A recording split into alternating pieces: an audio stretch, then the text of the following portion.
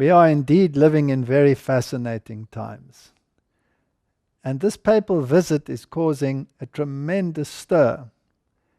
The Pope is currently in Cuba, and he will be in the United States on the 23rd of September when he will meet President Obama. Now, if you study the internet, you will see that there is a great deal of excitement and a lot of speculation surrounding all of these issues.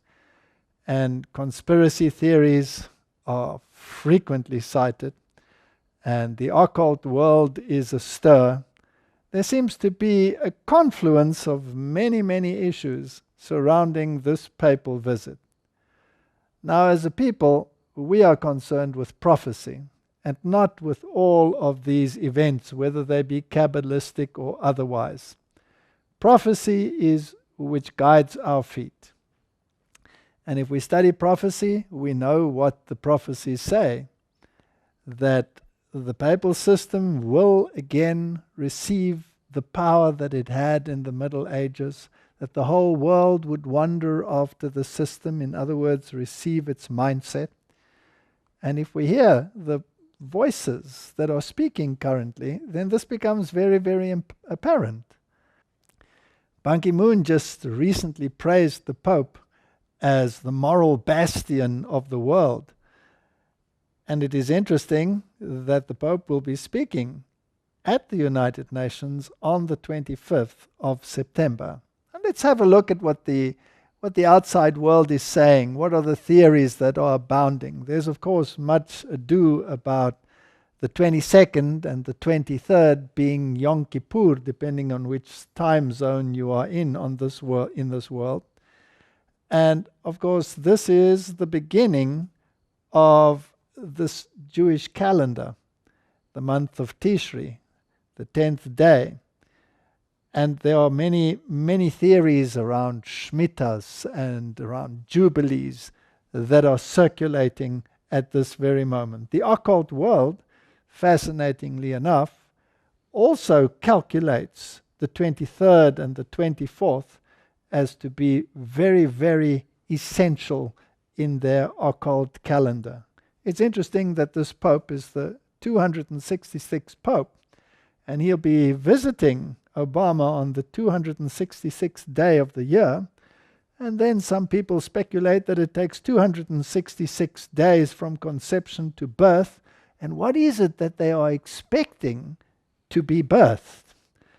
And the Foreign Minister of France on May the 14th, 2014, announced that we are on the edge of a climactic abyss, and that there were only 500 days left to avoid climate chaos. Interesting statements. He made that statement 3 times, once in the presence of John Kerry, and he made the same statement before the French Parliament on the same day. Fascinating. So how is it possible that there can be such an exact number of days to avoid climate chaos? What was he referring to? And why does it exactly coincide with the time when the Pope will be in Washington? Now, all of these issues, as I say, are Kabbalistic speculations. And if the dates fall into place so nicely, well, then that is a bonus. But we are not interested actually in all these events and all these speculations. Prophecy is what guides our feet. The word is a lamp unto our feet and a light unto our path. And the word tells us what the events will be.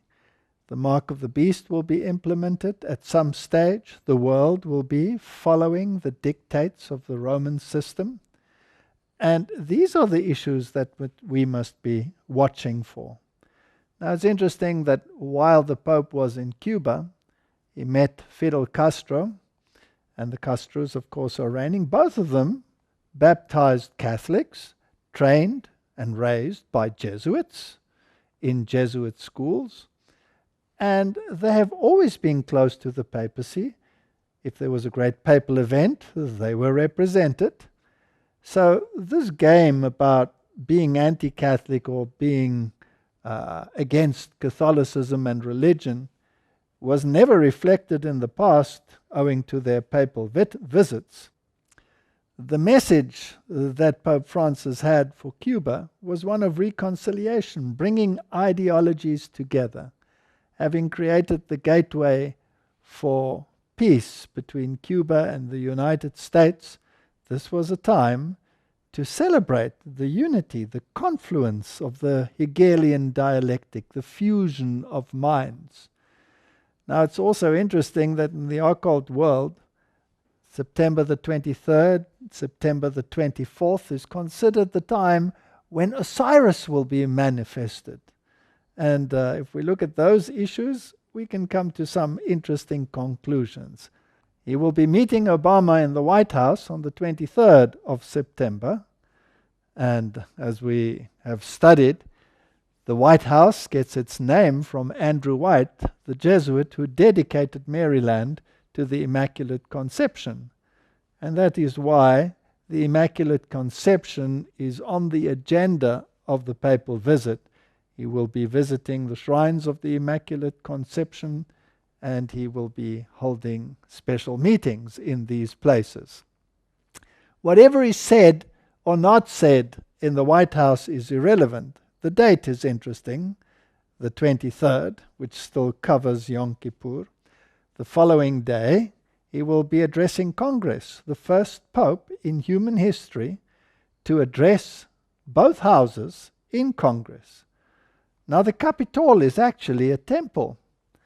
And if we consider that the Pope considers himself to be divine, as a reincarnation, as it were, of the deity, Osiris, then Osiris will actually be manifesting himself in the form of the Pope in that temple.